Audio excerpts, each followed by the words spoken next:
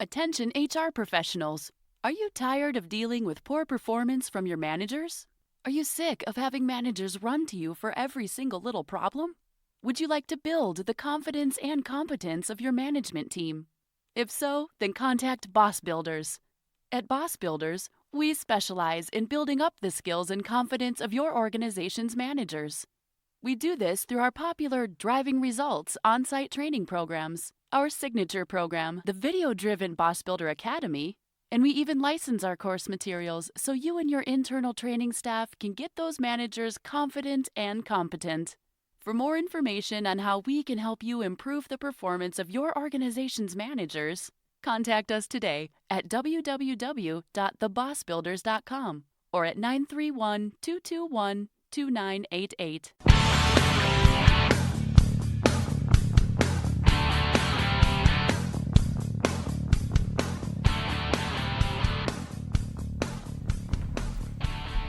Well, hello and welcome to this episode of the Boss Builder Podcast, the podcast for those of you who are new to supervision, those of you in the role and struggling, and even those of you who are thinking about one day making the important transition to manager. As a manager, as the boss, one of the things you probably have already discovered is that you don't get everything you want. And most of the time, you don't get anything you need. How do you remedy this? Well, the art of negotiation is the answer. Our guest today on the Boss Builder Podcast is Susan Borke. She is the principal of BorkeWorks. She's an expert in the art and skill of negotiation. Susan's going to share some of her best techniques with you. She's going to give you some practical advice. This is a good one to sit down and take some notes for. And once you have learned it, put it into practice immediately. At the end, she'll give you some contact information where you can actually contract with her to learn through one of her seminars on how to negotiate more effectively. So with no further delay, let's meet our special guest, Susan Borke.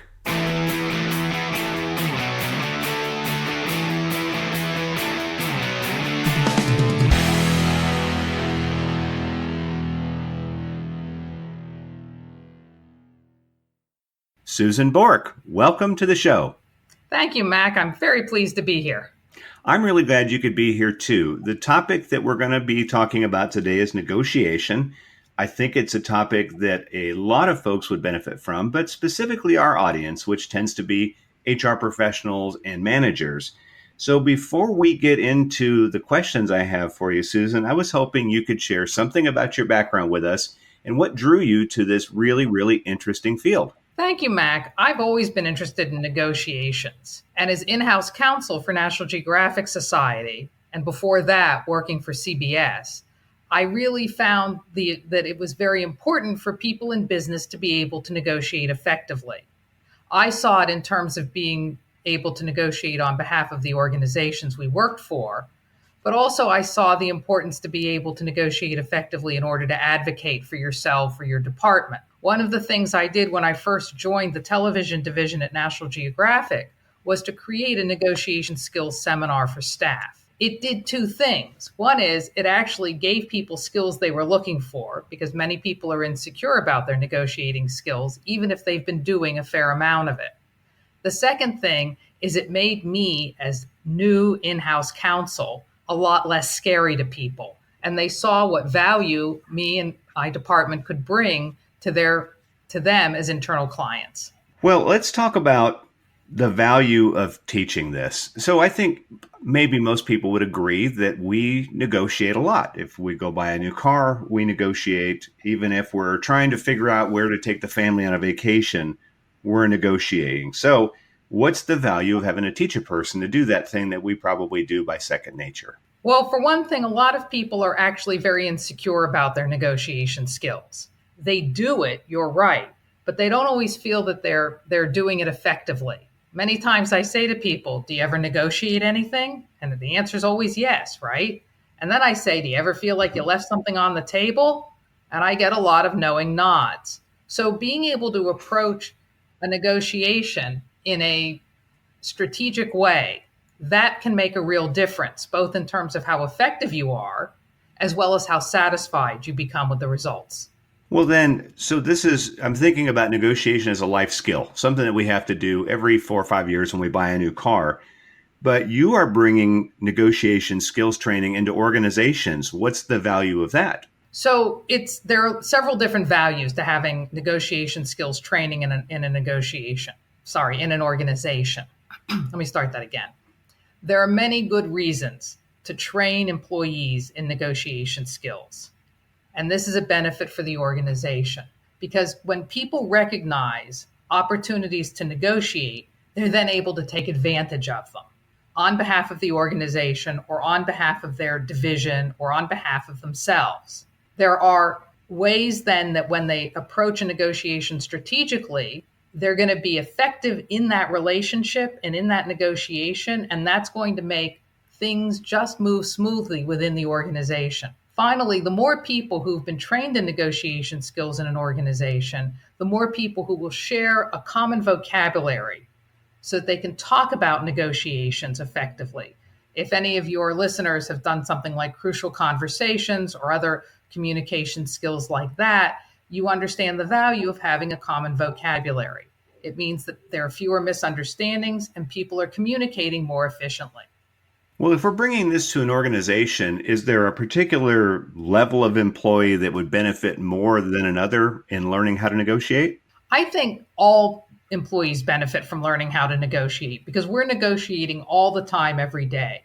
I like to say that an opportunity to negotiate occurs whenever somebody asks you to do something or whenever you ask somebody to do something. Now, I'm quick to add that you don't have to take every request and negotiate it. All too often, though, in the rush of work, we tend to feel that when we're asked about to do something or a request is made of us or we're making a request of somebody else, the answer is yes or no. They'll do it or they won't. However, when people ask some more questions about what's being asked, you can get more information and you can fit it into the process more effectively. So, for example, manager comes to me as an employee and says, I need this report. The answer is certainly yes, I'll give you the report. And I also need to know, is that priority for delivery higher than the report that I'm already due to give you? Because I can work on one or the other first, and I want to make sure I'm working on the right one first. So being able to ask questions, and which is in effect a big element of negotiations, is also a way to help make sure that everybody understands and is on the same page with what needs to get done. Well, even that example you just gave is basically, in other words, that employee is telling their manager, I don't have time to do that right now. But since that option's not always on the table, it sounds like they're making the manager make that decision. Sounds like it would be something that would be pretty useful to have. I think of it as a collaborative process. It's not throwing it back on the manager. It's simply saying, there's a limited amount of time. There are 2 or 3 projects that I need to get done in that amount of time. And what I want to make sure is that I'm getting the most important one done first. Well, that would be an employee I would really value. It's them thinking strategically. So on the training of negotiation skills, is there maybe a level in an organization of people that really need this training, but would swear up and down they don't need it? Well, isn't that true, right, of everybody? The people who need some kind of training or coaching the most are the ones who are often the last to realize that. I think that True. I think that rather than looking at saying, oh, this person really needs this, I think you want to look at it as a soft skill that all your people need in an organization. And they need it at all levels. I think that people in management positions, if you want to do triage, where do we start? I'd start at your upper and middle managers because they're going to be able to have an influence both above and below themselves. If you're gonna look at specific departments, your bottom line effect is going to be mostly on departments that have outward facing engagement responsibility. So if you've got a group that is negotiating with some kind of vendors, you want to make sure they have strong negotiation skills. So those are sort of the 2 ways I'd look at it when you're looking at how to build it out. Okay. So basically, if you are getting a paycheck and you have a pulse, you should go through training. It's just going to be the win and who goes first that's probably going to be the most valuable. So if we are going to be doing negotiation skills training, you've already made a pretty good case that it's going to be very useful in just interactions with fellow coworkers and maybe vendors. But a lot of our listeners work in companies where they are concerned with employee engagement. They go to great lengths to measure and analyze it. Is the learning of negotiation skills a contributing fact to a positive organizational culture? And then, in addition to that, employee engagement, that level of commitment? I think negotiation skills is a great way to improve employee engagement. And the reason is because it works this way. You're giving people, you're doing learning and development that enables people to do their job better. So that's important because if people can perform better and excel in their positions, they're going to be more committed and feel more autonomy doing them. That's one big plus. A second big plus is that negotiation skills are things you can use outside of work. So here you're pulling an employee away from their day-to-day to give them some kind of skills to help them better in their job, but they're also going to be learning skills that are going to enable them to be more effective outside of work. So then for them, they're sort of getting 2 for 1. For this time they're spending, they're getting double benefit. And I think that improves employee engagement. And now let's take a quick break for a word from our sponsor. How many hours of your day are wasted by managers calling with personal problems they really should be able to handle on their own? Why not give them a copy of the Essential HR Handbook? The newly revised and updated 10th anniversary edition of this bestseller is jam-packed with tools, checklists, sample forms, and timely tips to guide you through the maze of HR issues in today's complex business environment. So, buy a copy of the Essential HR Handbook for each of your managers today, and keep a copy on your own desk too. And now, back to the show. Well, and I think we can really associate a cost with high engagement and then a loss with low engagement. So this would be one, and I'll be honest with you here, I've never even thought about negotiation and negotiation training as being a contributing factor, because I do have a lot of our customers that are very concerned with engagement. So this is an added bonus, I guess, if you look at it that way. So I'm going to go back to your background a little bit, because I'm guessing you have negotiated a whole lot more than I ever have. And so since you've done it a lot, what type of negotiations do you find to be the most challenging? I think often the negotiations that I find most challenging and other people find most challenging are where they're very highly constrained, or where people feel insecure in the situation. And the challenge in each of those is a little different. When you have a situation that you feel is highly constrained, it's all about the money, for example. Trying to figure out what other elements can enlarge the variables is really important. It requires a lot of creativity, and creative problem solving is an important soft skill for managers and employees as well. So you need to help people learn to exercise that. It may be creative problem solving in the form of enlarging the pie, finding things outside the initial constraints that are still important to the parties. It may be reframing. As you begin to understand what your counterpart needs and wants, you can frame things in a way that is less constraining versus more limiting. You can also begin, when people are insecure, help them perceive things in a different way. For example, I see negotiations as a problem-solving process. The natural outcome of a problem-solving process, or I'd say the natural process, is collaboration. I mean, the way you solve a problem when there are people in the room is everybody has to help figure out what the solution is. So when you move the interaction from a competitive one to a collaborative one, then people will begin to feel a little more secure or a little less insecure. And you can begin to move forward to looking beyond what appears to be a highly constrained situation, or a situation where people are very unsure of themselves, and engage them in the process in a constructive way. Well, a lot of the guests that we get on the podcast, they're experts in mindfulness, which, is really taking time to just shut everything off and focus on the moment. It seems like if you weren't doing something like that, you could, at least an unskilled negotiator like myself, would probably get dragged down a lot of rabbit holes and probably start fighting harder for my position. So it seems like for you, focusing and being in the moment is probably one of the key skill sets, because it's not like you're going to get called in, I guess, to do an easy negotiation, right? You're right about that. I think that mindfulness can be very helpful. In the Harvard program on negotiation, one of the authors there talks about going to the balcony. That when you're in a highly charged situation in a negotiation, you want to try and step back so that you can get the whole picture. And mindfulness skills can help you do that. You become aware of your body, you become aware of your, what's going on inside of you, and you take a moment to register that. And then that gives you that space to step back a little bit and figure out how to respond in the situation rather than react to the situation. Well, I guess keeping emotion in check would be key. Well, I'm going to ask you kind of an odd question. So when I was in the Navy years and years and years ago, I was a dental assistant, and I found myself when I would talk to people, the first thing I would do is I would look at their teeth.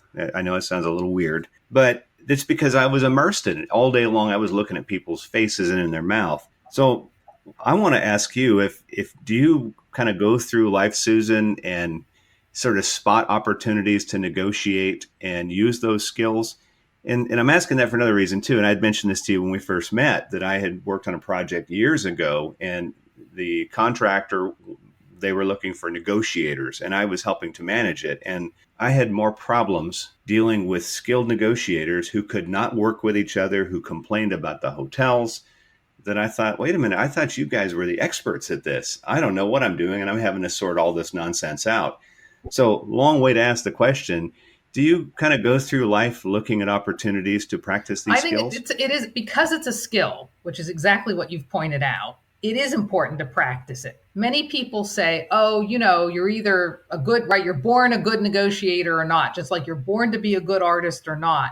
And in fact, when you really look at it, you can develop these skills. If you want to learn how to draw, you need to take classes, have a good teacher, and most of all, you need to practice. If you want to learn how to play an instrument, you need to take lessons, have a good teacher or coach, right, to learn a sport, and you have to practice. Now, does that mean that if you do that practice, you'll become, a concert musician, you'll become an Olympic athlete? No, right? But you can certainly become more than competent. Right. So the key thing is to practice. And I look for those opportunities. And the way I teach negotiations, I really want people to see it as something that does weave throughout their lives. And I emphasize that, like anything else, you don't practice. You don't start practicing a negotiation, the skills I'm teaching, or you don't start practicing that when you're going in for your request to get, when you're advocating for yourself for a big promotion. Right? That's not when you start practicing. Right. Well, you mentioned something about the way that you teach it. And so I want to ask you this too. So some people would say, like for example, I've heard of interest-based negotiation. And then, I fly a lot. So you dig into the airplane magazine, and there's always the insert from the Chester Karras thing. And he's got a photo of him probably 70 years ago. He's there. And the tagline says, you don't get what you deserve, you get what you negotiate. So I suspect he's probably got a flavor.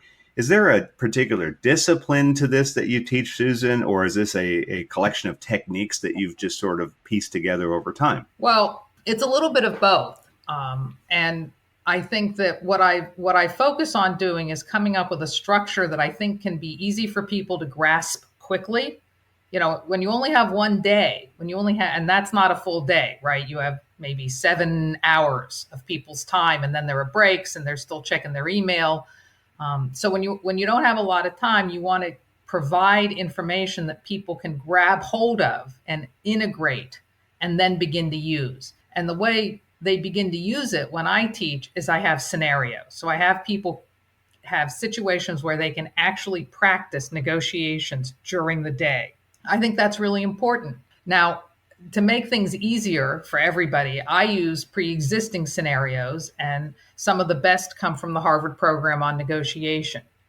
So I've got, proven materials that have been researched and shown to be effective in teaching, being good examples for practicing negotiation skills. I have a structure that I think is easy for people to access. And I have things that I think are fun. I mean, if the recommendations on my LinkedIn profile are any indication, I'm doing a good job. And what I do also is get feedback after every time I teach. And I use that to build on what I know. I'm constantly adjusting my presentations for my audience, but also based on what's been effective, in other presentations. And I start moving. The change in the last 3 years from where I was 3 years ago to where I am now, I'm really pleased with it because I think that I've got a program now that's, very strong. Good. Well, I'm going to give you a chance to tell us where we can reach out to you for some training when we're done. So keep that in mind, audience, because I think you're going to really benefit. So let's talk about something else. All right. So you've mentioned a couple times win-win, and then I mentioned, different styles of negotiation. So is there a difference in somebody who is trying to solve a problem and somebody who's in it for a win-win? Is there a different methodology? Because it seems like the scenario is going to be a little different. I think there's a subtle difference. They're very similar, and there's nothing wrong with win-win. To me, that's more about each participant getting as much as possible without undue reduction to the other party. It's more still focused on yourself, but taking the other party into account. For me, problem-solving negotiation is about both the process and the result. When you're working on solving a problem, both parties have to pull in the same direction. And to me, a really good solution is one where resources are utilized with minimal waste. So, if you can give your counterpart something that makes them 100% happy and it costs you little or nothing, I would say do that. By the same token, and at the same time, you're looking for those things that your counterpart can give you that will cost them very little and be of real substantial benefit to you. And to me, then you're getting this efficient allocation of resources. And I find that to be a very beautiful solution at the end of the day. Well, even the term that you use, an efficient allocation of resources, I love that, because what you're basically saying is this one thing that's super important to me that seems pretty pitiful to you is being identified as what it really ought to be. It's a commodity. And then what we're doing is we're using resources. It sounds like you've taken the emotion out of it, which at least from my perspective seems like a pretty good idea. Well, it would be nice. I always say at one point in my presentations, negotiation would be really easy if you didn't have other people. So, yeah, and so would management, for that matter, but that won't happen. As with management, you can't take emotion out of it, nor can you really control your emotions. All right, what you can is be aware of them and work on not letting your emotions control your behavior. Right, you can separate your behavior from your emotions. That's the responding versus reacting. And I think you want to be able to acknowledge, though, the role that emotions play when you're negotiating. Understanding where bias fits in is incredibly helpful because it'll help you frame what you're saying in a way that your counterpart is going to be able to hear it more effectively. Well, this is assuming that both people in the negotiation are going to act like reasonable human beings. But what do you do when you're dealing with that impossible person? It's a challenge. One thing to know is that a person who's impossible, that I find impossible, other people might not find impossible, which is reassuring. I find sometimes getting that big picture, right? But I also feel it's incredibly important to exercise a great deal of empathy. You've got to be empathetic to people, and you really need to understand where they're coming from and what's important to them and how they understand the problem. Because really, that is crucial. I understand the problem. It's obvious. Well, the fact of the matter is you understand the problem and it's obvious to you, and we just may not be on the same page. I'm never going to get you to listen to me until you really feel that I'm listening to and hearing you. So the most important thing I can do in a negotiation is focus on you and really learn and focus with the intent, with the goal of understanding where you're coming from and what's important to you and how you perceive the situation. That's going to come into play in two ways. One is if you feel I'm that interested in you and I'm making an authentic effort, then that's going to reassure you that your interests are going to be an important part of the negotiation. Once that happens, once you get that sort of personal shift with the other person, then they will naturally be more inclined to want to, accommodate, not give in, but find some way to recognize and address your interests as well. Well, I know that one of the challenges that all of our listeners face is that I don't think anybody who tunes into my podcasts are the ultimate supreme decision maker in any organization. So that would suggest to me that almost everybody at one point in time is going to operate going into a negotiation with less positional power. Does power factor into negotiation from your experience? Certainly power factors into negotiations. I think, though, it's a question of perceived power. And people often think they have more or less leverage than they actually have in a situation. It's a question of framing it.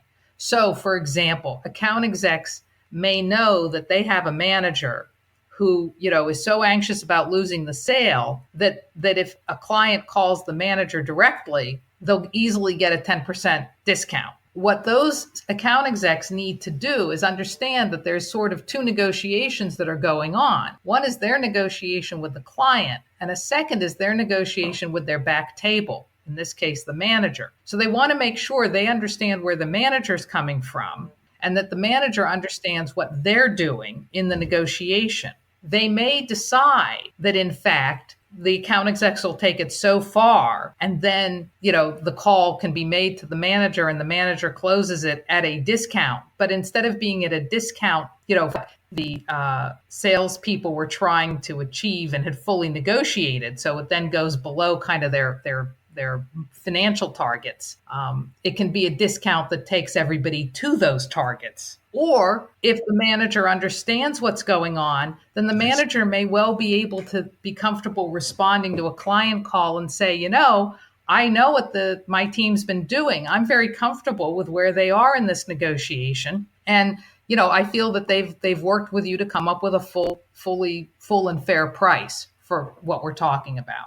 Well, I think that would be a really good solution, and that team would really feel like the manager had their back. So I think that's great. Well, I've got one more question for you, and maybe this is a good one to end on. Susan, if you could give somebody out there one piece of negotiating advice, what would that be? Aside from the words right out of my mouth. To teach them how to do it the right way. Actually, my recommendation is to really listen to your counterpart, because the seed of the solution rests in understanding what that party needs. As I said before, if someone feels that you understand and respect their needs, they're much more open to understanding your interests and look for constructive ways to work together. Well, with that, how can my audience reach out to you to get training in this really important, I'm going to go ahead and call it a life skill? How can they find you? How can they reach you? They can reach me on my website, which is workworks.com. I think they can find a link to that with this podcast. And you can also find me on LinkedIn. So when you're looking for BorkeWorks, it's B as in boy, ORKEWORKS.com. Great. Well, if you are listening to this podcast, I'm going to highly suggest maybe I should try to negotiate with you, but I've not had Susan train me yet. So I'm going to use my power as the host and tell you, call her. Check out her stuff, because I think this is something that you'll definitely benefit from. Susan, thank you so much for taking time out of your really busy day to be on the show with us. Mac, I'm glad to talk to you. I'm very glad to be able to reach the people who listen to your podcast. The other guests I've heard on your podcast are really set a very high standard. And I appreciate the fact that you feel that I've also met that and given good information to your audience. Yes, and yes, Susan. You've been great. Thank you so much, and enjoy the rest of your day.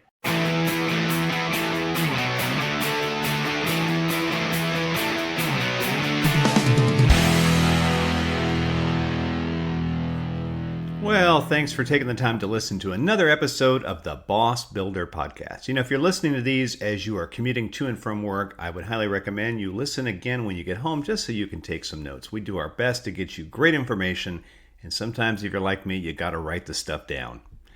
On another note, for your further development, if you work for an organization and you think that it would be valuable to partner with us, which I think is a good idea, we invite you to check us out online at thebossbuilders.com. We have 3 options: our signature driving results on-site workshop, which our trainers come out and deliver for you. We also have our very popular Boss Builder Academy, which is video-driven. And we also offer the option of having your organization license our training materials so that your trainers can go ahead and deliver them on-site. If you're listening to our podcast on iTunes or on Stitcher, the other thing we'd appreciate is if you could just take a moment and leave us a brief, positive, of course, review. That would really help us out a great deal. And refer this podcast to anybody you know that you think could benefit from it. Until the next time we meet, get out there, boss up, boss on, and more importantly, make a commitment to being the boss at being a great boss. Goodbye.